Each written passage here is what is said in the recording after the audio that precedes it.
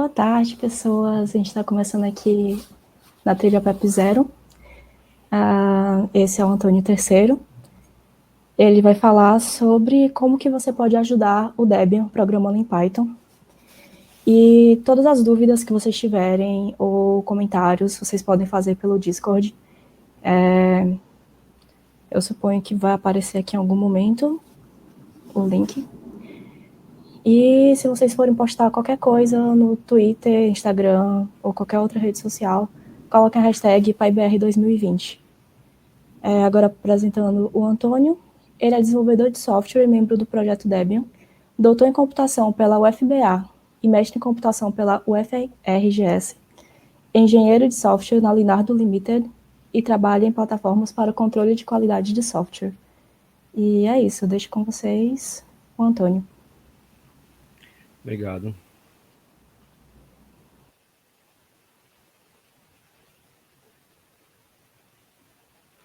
Então, gente, boa tarde. Queria primeiro agradecer a organização do evento. É a primeira vez que eu participo da Python Brasil. Eu participei da Python Sul no ano passado, aqui em Curitiba, e foi muito legal. Eu fico feliz em estar participando agora da Python Brasil. Espero, no ano que vem, que seja possível ser presencial e que a gente possa se encontrar lá.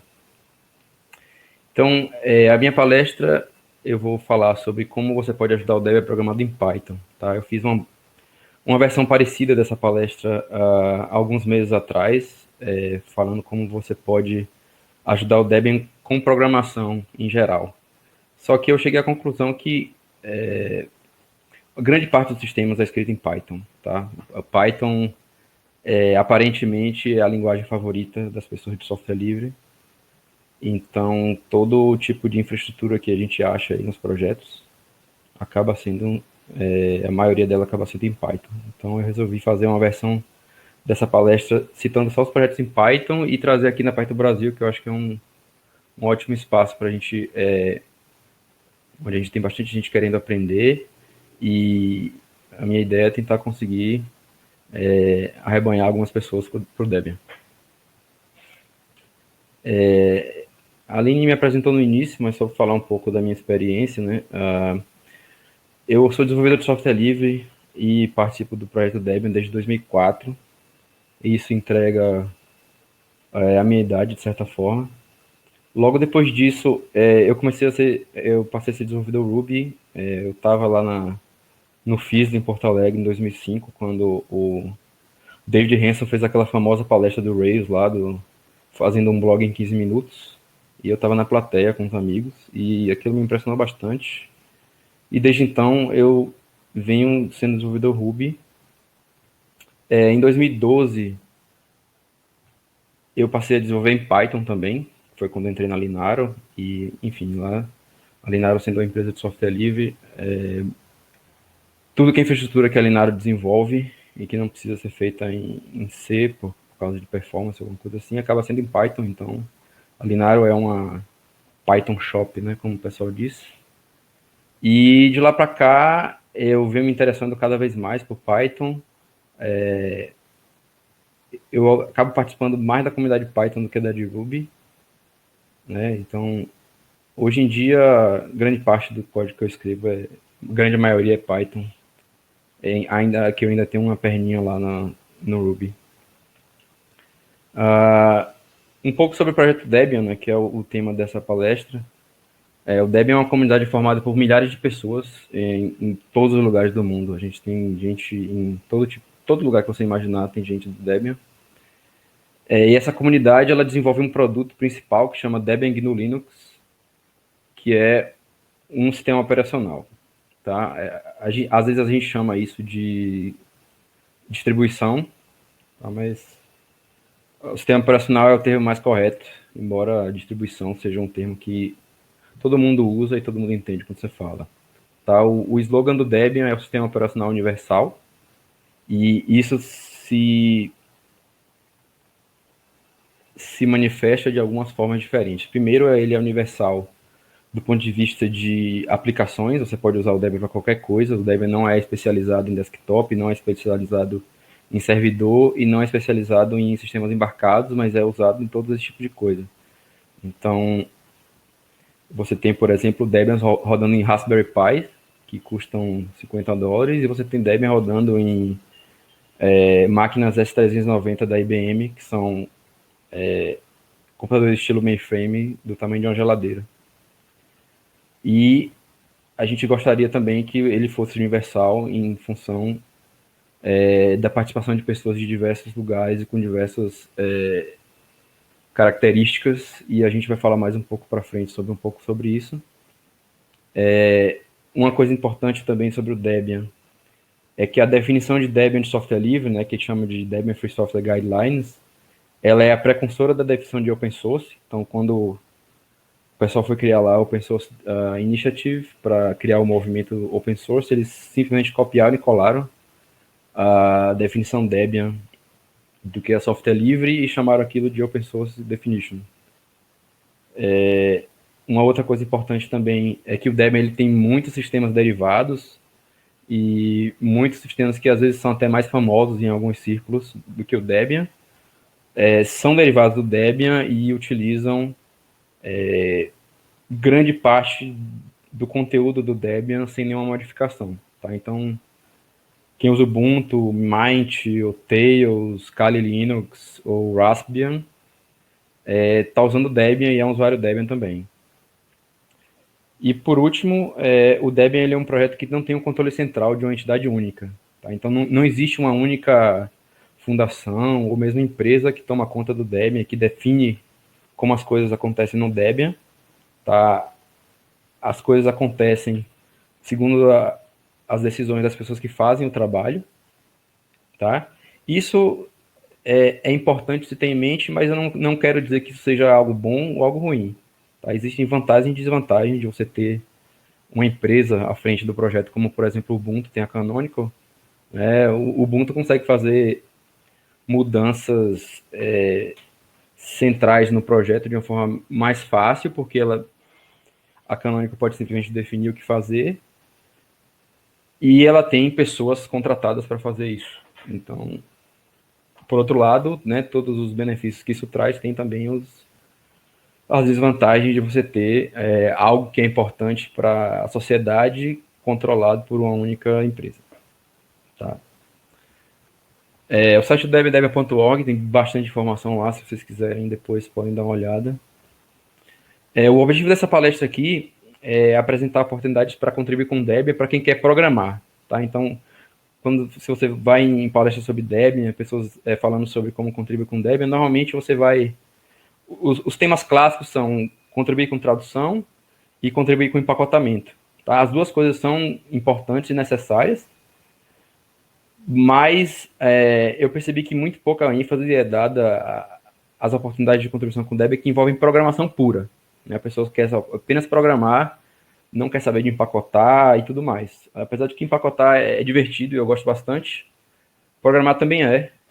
E tem bastante gente que já programa e poderia contribuir sem ter que primeiro aprender todo um trilhão de coisas que você acaba aprendendo durante o trabalho de empacotamento. Tá? Então, a gente vai aqui direcionar as pessoas que estiverem interessadas para ter informações sobre esses projetos e como contribuir com eles. E eu vou falar de alguns serviços e ferramentas do Debian que precisam de ajuda.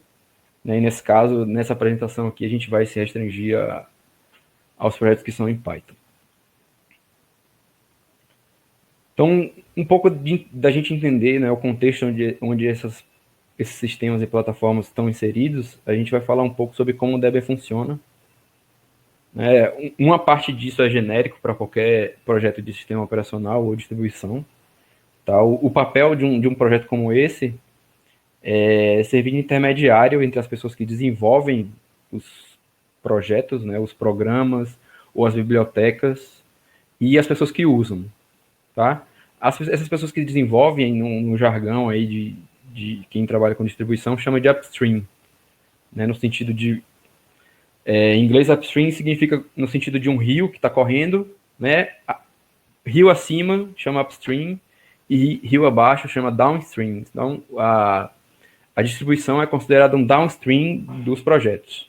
Tá? Então você tem aí milhares de projetos que estão espalhados na internet, né? Cada um com seu método de desenvolvimento, seu método de release, e o papel da distribuição é pegar todos esses componentes e empacotar de uma forma que seja conveniente para quem vai usar e instalar, né? E esse trabalho de empacotamento faz com que seja possível que você simplesmente diga que eu quero instalar o pacote tal, e o sistema ele resolve tudo para você, né? Ele faz os downloads dos pacotes que precisa, ele calcula quais são os outros pacotes que aquele pacote precisa, né? Que a gente chama de dependência, e instala para você, tá? E no sentido contrário, né, as pessoas que estão fazendo uso do sistema, elas vão identificar problemas, às vezes elas têm conhecimento de programação, elas têm a disponibilidade de mandar correções, que a gente chama de patches,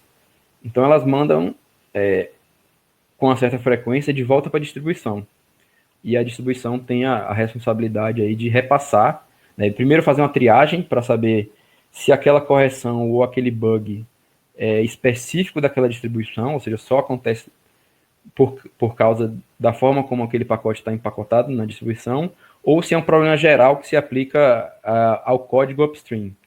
Né? E no caso em que ele seja um problema geral, faz parte das atribuições de quem trabalha na distribuição de repassar essas correções, esses relatos de bug para os upstreams. Tá? E quando esse ciclo funciona, a gente tem um ecossistema saudável de software livre. Tá? Então, se você trocar o Debian por uma outra distribuição, que não tenha nenhuma relação, como por exemplo o Fedora, né, se os bugs e patches que o Debian recebe são repassados para o upstream, né, quando aquele pacote for atualizado no Debian, mas também no Fedora, os usuários de lá vão se beneficiar. E vice-versa. Para quem trabalha com distribuição, é bem comum você olhar nos sistemas de informação de outras distribuições se tem patches lá que podem ajudar você na sua distribuição. Tá? Então, às vezes existe uma discussão de se a multitude de distribuições é um problema no mundo de software livre, mas se esse ciclo aí de upstream, distribuição, usuário e vice-versa funciona, isso não é um problema porque todas as melhorias elas são compartilhadas dentro do ecossistema e essa diversidade acaba que ajuda a encontrar problemas que você não encontraria de outra forma se todo mundo fosse uma monocultura, como é o que acontece no caso dos sistemas proprietários. Tá? O Debian ele tem um ciclo de lançamento que dura mais ou menos 2 anos. Tá? Existem 3 distribuições do Debian, como a gente chama. Né? Uma chama Unstable, a outra chama Testing e a outra chama Stable. Tá? A Unstable é onde chegam os pacotes novos. Tá? Então, todo pacote novo, ou uma versão nova de um pacote que já existe, ela chega na Unstable. Tá? E como o nome diz, essa é uma distribuição instável. Não quer dizer que o software que a gente coloca na Unstable, ele seja instável em si, mas significa que a forma como esse software é empacotado e as relações entre os pacotes, ela é instável. Tá? Então, por exemplo, quando a gente vai fazer uma transição de Python no Debian, tá? A gente fez há pouco tempo a transição do Python 3.7 para o Python 3.8. Então, a Unstable ela fica um pouco bagunçada nesse período, porque você tem pacotes que foram feitos para Python 3.7 e você colocou o Python 3.8 e às vezes você tem um tempo em que leva para você consertar todos os pacotes que só funcionavam, que tiveram problemas com Python 3.8 para funcionar. E isso acontece na Unstable, tá? E quando esse tipo de arrumação termina, esses pacotes passam para testing, tá? Isso depende do pacote não ter bugs críticos e depende de um tempo de maturação que ele precisa passar na Unstable para que a gente tenha a chance de que os usuários daquele pacote relatem problemas. E se esses problemas forem críticos, aquela nova versão não entra no testing e as pessoas que estão usando o testing não são afetadas por aquele problema. Tá? A testing, né, ela é bastante parecida com a Unstable, porque ela tem versões razoavelmente novas dos pacotes, e mais ela tem esse delay aí, que seja de 2, 5 ou 10 dias, depende de uns critérios aí que não vale a pena a gente entrar nesse detalhe agora, mas quando o software ele está numa forma que está adequado para ser disponibilizado para o usuário final, ele passa para o testing. E aí, a cada 2 anos, o time de lançamento do Debian define uma data quando esse lançamento vai acontecer, e o que era testing, ela é copiada para o nome de stable, e aí passa a ser a versão estável do Debian que a gente lança. Né? O último lançamento do Debian foi no ano passado, foi o Debian 10, né, que chama Buster, e a próxima vai ser lançada no ano que vem, que vai chamar Bullseye. Tá? Por curiosidade, os releases do Debian são chamados com o nome de personagens do Toy Story, porque, enfim, longa história, o Debian foi usado, né, lá em 90 e poucos para fazer o render do primeiro filme do Toy Story, e aí o líder do projeto na época trabalhava na Pixar e resolveu chamar os releases do Debian de personagens do Toy Story. Tá? E aí, quando você chega no stable, né, aquilo ali é estável. Você não tem nenhuma modificação de novas funcionalidades, né, porque a gente sabe que em desenvolvimento de software, novas funcionalidades significam novos bugs também. Então, na versão estável, você não tem atualização de funcionalidade, mas você tem somente correção de bug e atualização de segurança. Tá? Às vezes as pessoas dizem que o Debian é desatualizado e tem versões antigas das coisas, mas por outro lado, você tem a garantia de que você vai ter menos bugs do que se você tivesse o tempo todo recebendo novas funcionalidades. Tá? Só para falar um pouco da escala do projeto, tá? Em 2020, na época, alguns meses atrás, quando eu coletei esse dado aí, a gente já tinha tido mais de 1.200 pessoas que colaboraram com o Debian de uma forma que a gente consegue registrar, tá? Seja traduzindo, seja empacotando. E o Debian hoje, o repositório Debian tem mais de 30 mil pacotes fonte. Ou seja, se você pensar naquele diagrama que tinha lá atrás, de como funciona a distribuição, a gente tem potencialmente 30 mil upstreams ali, da onde as pessoas que mantêm Debian, pacotes no Debian pegam e integram o sistema para que funcione de forma integrada. Tá? E cada um desses 30 mil pacotes, eles precisam ser mantidos, melhorados e testados. Tá? Seja o trabalho simples, que é acompanhar as novas versões que são lançadas no upstream e atualizar no Debian, e seja gerenciar restrição. Por exemplo, às vezes você tem uma biblioteca que só funciona com uma versão específica de uma outra biblioteca. E aí, para que a gente consiga colocar na distribuição de uma forma razoável, a pessoa no lado da distribuição precisa gerenciar isso aí. E a árvore de dependências entre esses mais de 30 mil pacotes fonte é bem gigante. E quando um programa depende de uma biblioteca, por exemplo, um problema naquela biblioteca pode gerar um problema no programa. E todo esse tipo de coisa precisa ser gerenciado pela distribuição e repassando problemas e bugs para os upstreams e compartilhando essas coisas que vêm do upstream também. Então, para que isso funcione, é preciso ser feita uma quantidade bem grande de trabalho, tá? Para que esse ecossistema se mantenha saudável. Os pacotes, eles precisam ser instaláveis, né? Ou seja, se um pacote A depende de um pacote B, para que A seja instalável, o B também tem que ser instalável. Né? Então, as dependências têm que estar corretas. Para garantir que os usuários tenham acesso às liberdades de software livre, é preciso que eles possam ser compilados dos fontes. Tá? Então, vira e mexe, alterações em dependências fazem com que pacotes deixem de compilar, seja porque os testes agora falham, ou seja porque existe uma incompatibilidade de API, que é no nível de código-fonte, ou de ABI, que é no nível dos binários. Né? Então, quando você tem pacotes compilados, você pode recompilar um programa. Você pode, por exemplo, recompilar uma biblioteca e usar um programa que usa aquela biblioteca sem precisar recompilar o programa, mas para que isso aconteça, isso precisa ser feito do jeito certo, tá? Esses pacotes eles precisam receber atualização de segurança, eles precisam não ter bugs críticos para que eles possam participar do lançamento e eles precisam ter uma qualidade aceitável em geral, tá? E aí tem 1.008 critérios que cada tipo de pacote vai ter, né? O pacote precisa funcionar, então às vezes mudanças no Debian ou até mudanças externas fazem com que os pacotes parem de funcionar e eles precisam receber manutenção, tá?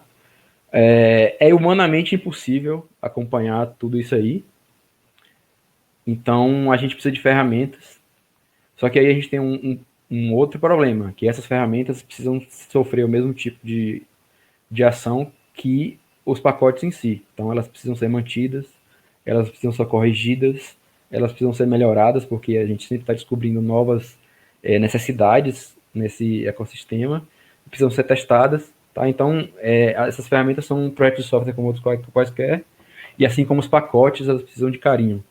Tá? E o objetivo aqui hoje é a gente ver algumas delas e, se tudo der certo, incentivar algumas pessoas a colaborar com elas.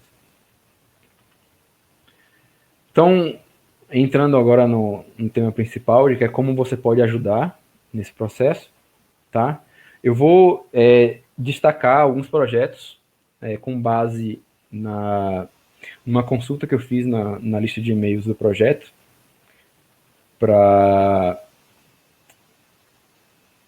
perguntando, né, quais projetos precisavam de ajuda e tal, e várias pessoas responderam. E eu também vou plugar alguns dos meus próprios projetos, de forma que vocês possam me ajudar também. Isso não quer dizer que esses projetos que eu vou falar aqui são os únicos que precisam de ajuda no Debian. Tá tudo num projeto do tamanho do Debian precisa de ajuda, tá? A gente precisa eu estou usando aí técnica e não técnica entre aspas, porque eu acho bem bizarro essa separação do mundo entre coisas técnicas e não técnicas, entre humanas e exatas. Mas é a metáfora mais próxima que a gente tem aí do que a gente está normalmente acostumado na área de TI, tá? Você tem a parte de programação e empacotamento, tá? Então, pacotes, serviços, ferramentas, ports, né? Os ports são são as versões do Debian para os diferentes tipos de computadores, tá? A maioria de nós usa o computador Intel, né? Hoje em dia 64 bits é o mais comum, mas existem outros tipos de computadores, existem os computadores ARM, por exemplo, que é os Raspberry Pi da vida e sistemas embarcados em geral.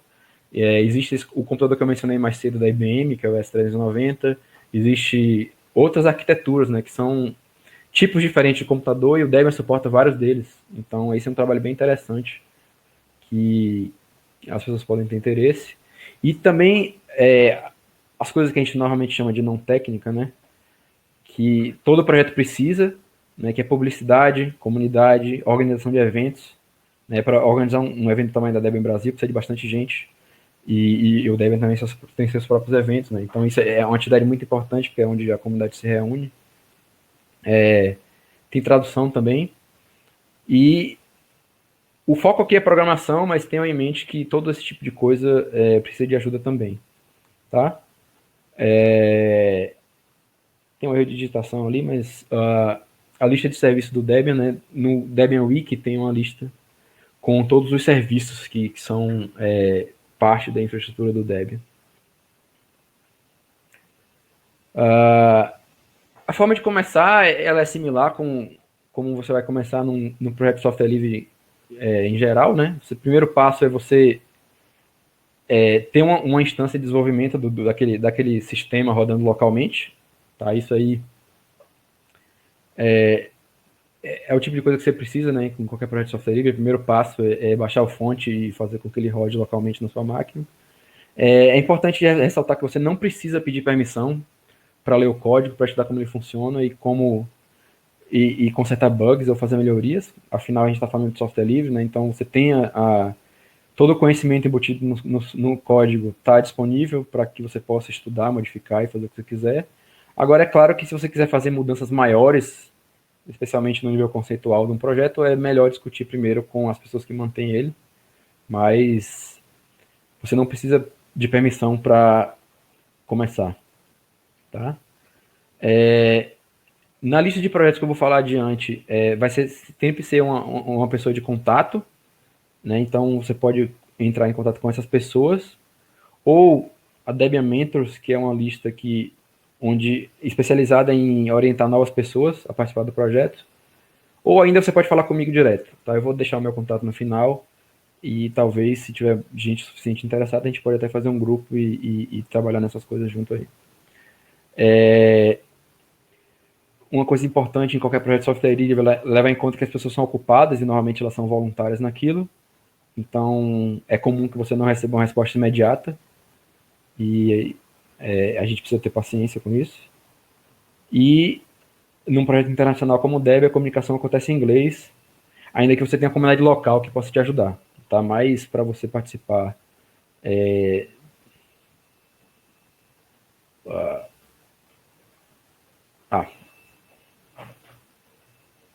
eu me atrapalhei aqui, mas enfim, é o que eu estava falando do inglês. E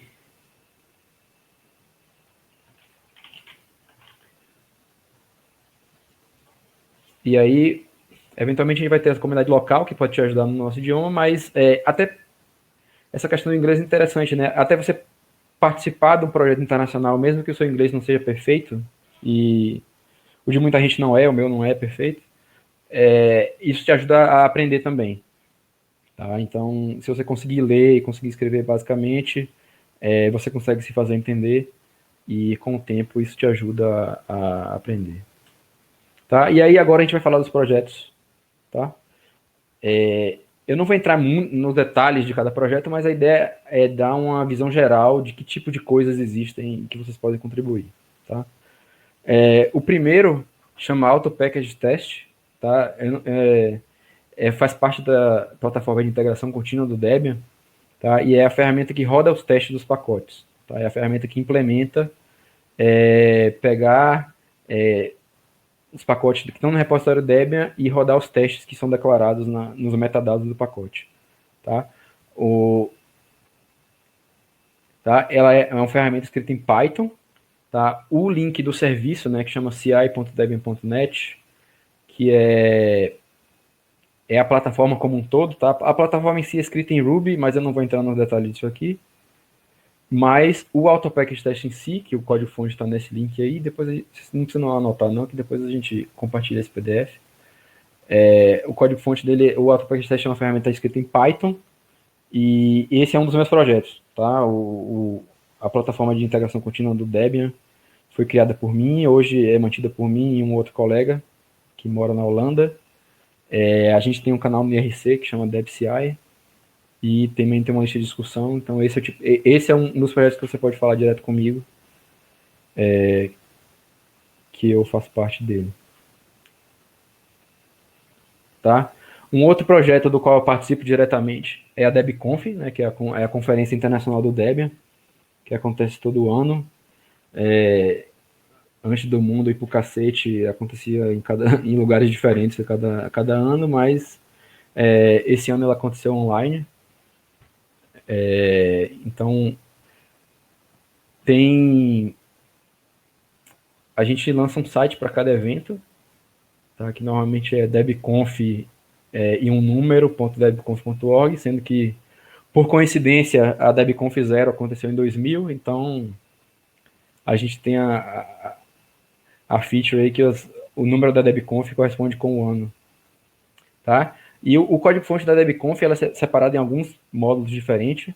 Tá? Existe o Wafer, que é um sistema de gestão de conferências escrito em Python, que é mantido pelo grupo de Python de Cape Town, na África do Sul. É o sistema que eles usam para rodar a Python África do Sul, né, a PyCon África do Sul.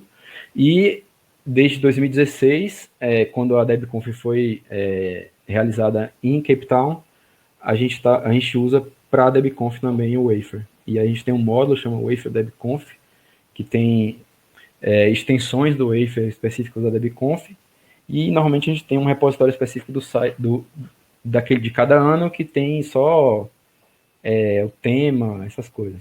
e a gente tenta contribuir de volta com o Wafer para que as mudanças que a gente faça sejam utilizadas por qualquer outro evento e fazer coisas no módulo Wafer da DebConf que a gente pode reusar de evento para evento, tá? A gente tem um canal no IRC chama DebConf Team e uma lista de discussão que, obviamente, eu copiei e colei errado aí do slide anterior, mas é debconf-team igual o canal @lists.debian.org. Tá? Esse é um projeto meu também que eu participo. Então, esse é uma outra forma que vocês, um outro projeto onde vocês podem falar direto comigo, de qualquer forma, tá? O próximo projeto chama sources.debian.org, que é uma plataforma onde você pode consultar e ler no navegador o código-fonte de todos os pacotes no Debian, tá? Aqueles 30 mil pacotes, quando você descomprime eles no disco, é bastante espaço em disco. Então, esse projeto é bem interessante do ponto de vista de escalabilidade para dados que não cabem em um computador só. Tá? Então, tem várias questões interessantes dele. Tá? E com esse site você consegue verificar o código-fonte de qualquer pacote no Debian, sem precisar baixar ou sem precisar mesmo estar usando o Debian. Você pode simplesmente ir em sources.debian.org e verificar o código-fonte. Tá? Ele é um serviço escrito em Python também, tá? Fica em sources.debian.org. O código-fonte fica lá no grupo de QA do Debian, salsa.debian.org/QA/devsources. E tem uma lista de bugs aí, que é deb.ly/debsrc-bugs. E tem um canal chamado Debian QA no IRC do Debian também, onde vocês podem entrar em contato. Tá? Esse projeto ele foi meio que o precursor de um negócio chamado Software Heritage, que é uma iniciativa de arquivar, né, todo o código-fonte relevante para a sociedade. Tá? Hoje em dia, eu acho que o GitHub fez uma parceria com eles também para arquivar uma quantidade absurda de repositórios. Aí eles fazem um arquivo gigante com esse código-fonte e mandam lá para aquele bunker lá perto do Polo Norte, para arquivar aí caso aconteça algo de pior.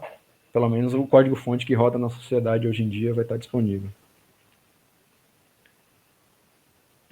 O Debian Contributors é um serviço que é da onde eu tirei aquela estatística lá de 12.219 pessoas contribuíram com o Debian em 2020. Tá? Esse dado é da época de maio, que foi quando eu preparei a primeira versão dessa palestra, mas hoje em dia deve ser um pouco maior. Mas o ponto é que essa plataforma, ela agrega informações de várias fontes de dados para poder dar o crédito das pessoas que contribuem com o Debian.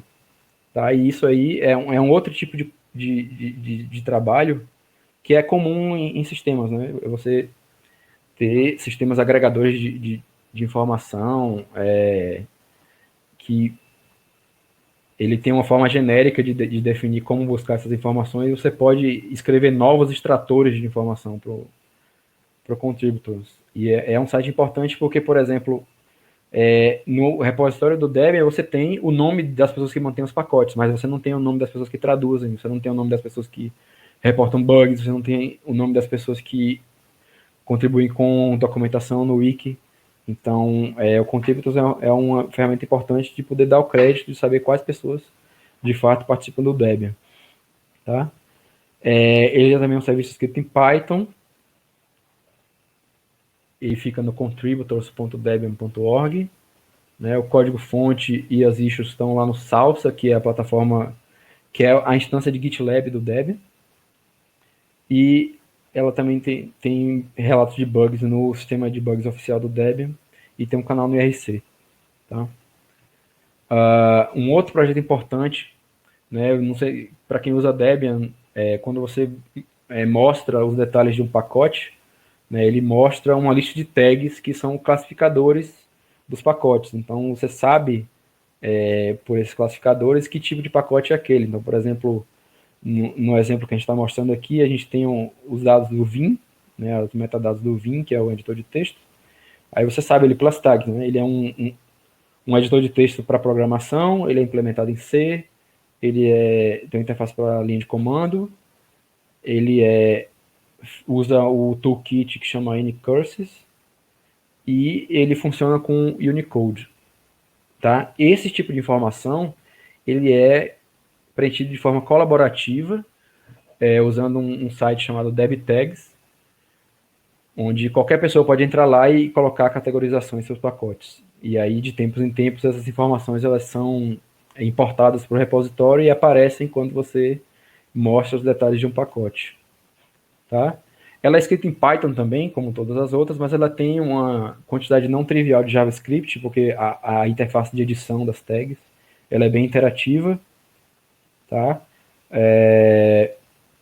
Ela é mantida pelo Henrico Zini, que é uma pessoa que faz parte, mantém vários desses serviços, né? Uma pessoa que tem bastante atuante nessa área de serviços de infraestrutura. Tá? Tem aí os links do serviço, do código-fonte, dos bugs, você pode pegar o PDF depois e seguir. O Moin, que é o software que o Debian Wiki roda, tá? É um projeto que é usado em vários projetos de software livre, é um wiki bem comum, e o Debian, em especial, precisa que a versão 2.0 dele seja lançada. Tá? Então, nesse caso, não é nem algo específico do Debian, tá? É contribuir com um projeto que é usado pelo Debian, mas também é usado por vários outros projetos, e tem aí essa versão 2.0 pendente. Salvo engano, essa versão 2.0 é o que traz compatibilidade com Python 3, que em 2020 não é mais opcional, e aí a gente precisa de ajuda. Tá? Eu não tenho certeza dessa informação, mas tem problemas que o time que mantém o wiki do Debian hoje tem, que são resolvidos nessa versão 2.0, e ela ser lançada seria uma grande ajuda para esse time. Tá? O Debian New Members é uma plataforma que é onde você se inscreve para fazer parte oficial do projeto, né, para ser um membro oficial do projeto, que significa ter direito a votar nas eleições do projeto, nas votações, ter direito no caso de ser um membro empacotador, ter direito de fazer upload de qualquer pacote para o repositório Debian. Né? Se você, esse aí é o último passo, né, para você manter pacotes. Né? Você precisa.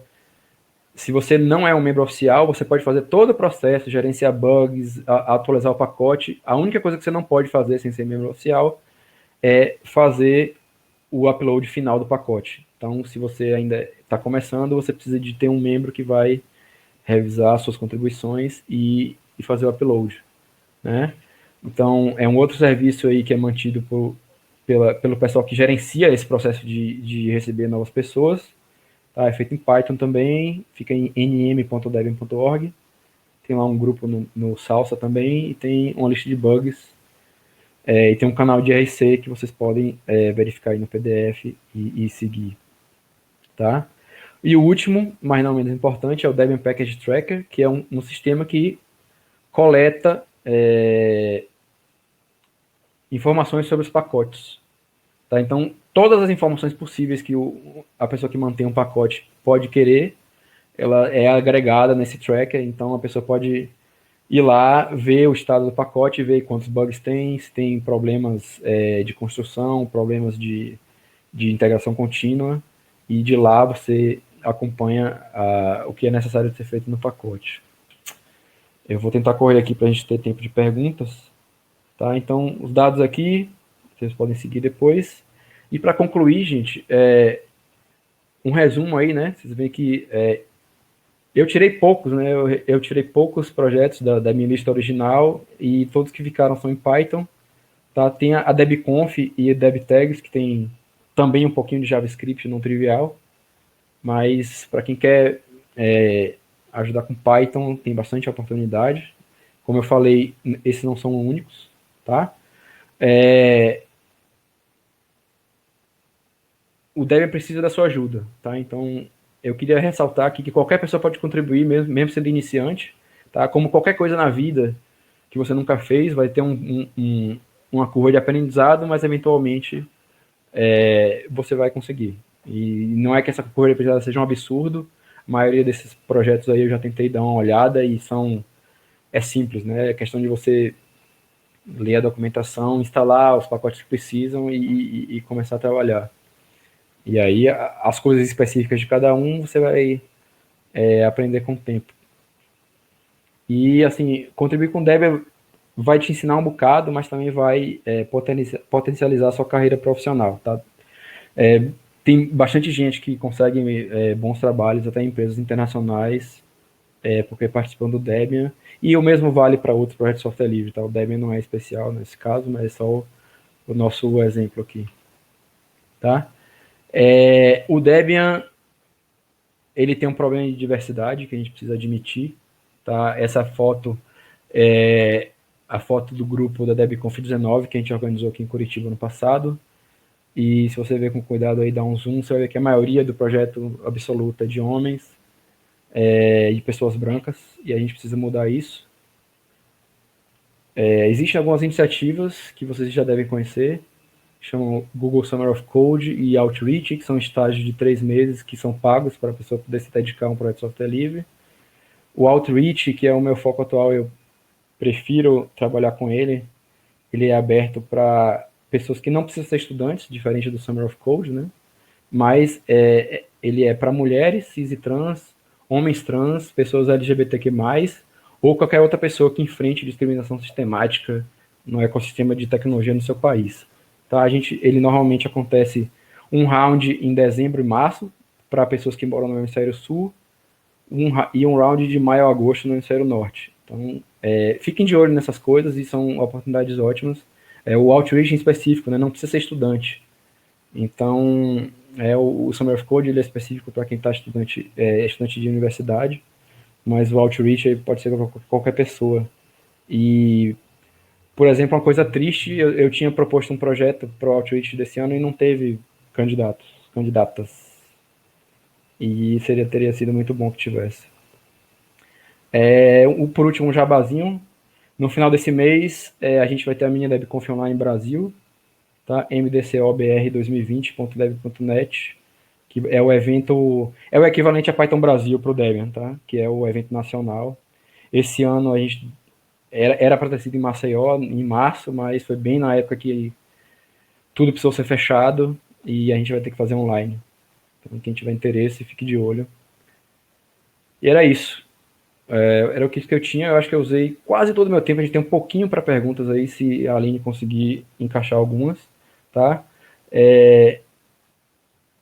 Quem tiver interesse nesse tema pode falar direto comigo. É o @terceiro aí no Discord ou no Telegram. E é isso. Bom, muito obrigada pela palestra.